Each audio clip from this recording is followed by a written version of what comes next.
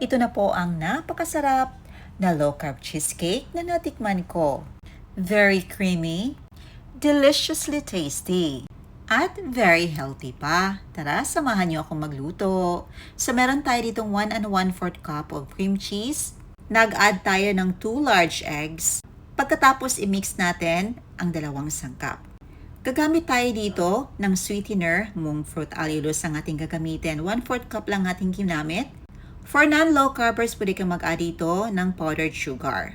Pinch of rock salt ating ginamit. Kumuha tayo ng 1/2 cup of the plain mixture. Nag-add tayo ng 1/2 tablespoon of cocoa powder. Now, haluin natin ito. Ito na po ang ating chocolate flavor. 2 cups of grated coconut, fresh coconut po ang ating ginamit. At ating i-grind until na maging pino ito. Nakagaya ng ganito. Kung walang available, pwedeng coconut flour niyong gamitin. Now, ihalo na natin ito sa ating plain mixture. But before that, mag-add muna tayo ng leavening agent or ang ating baking powder. 1 tablespoon po ang ating ginamit.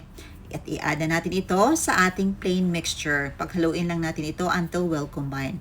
Nag-brush lang tayo ng oil at nag-line tayo ng parchment paper. At ibuhos na natin ang ating plain mixture. I-add na natin sa ibabaw ang ating chocolate mixture.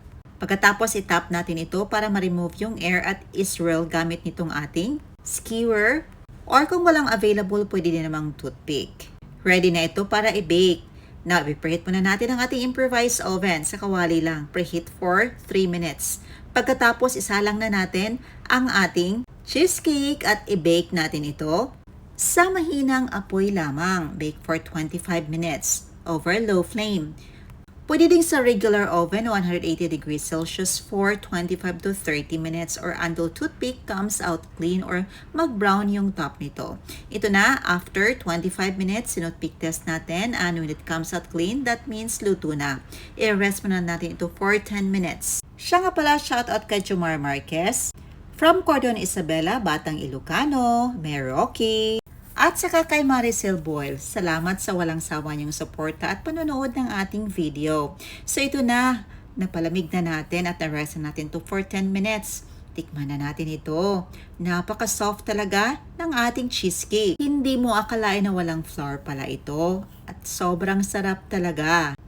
Napaka-healthy na, keto-friendly, at guilt-free pa. Ayan lang po, salamat sa panonood. See you in my next vlog. God bless you all and stay safe.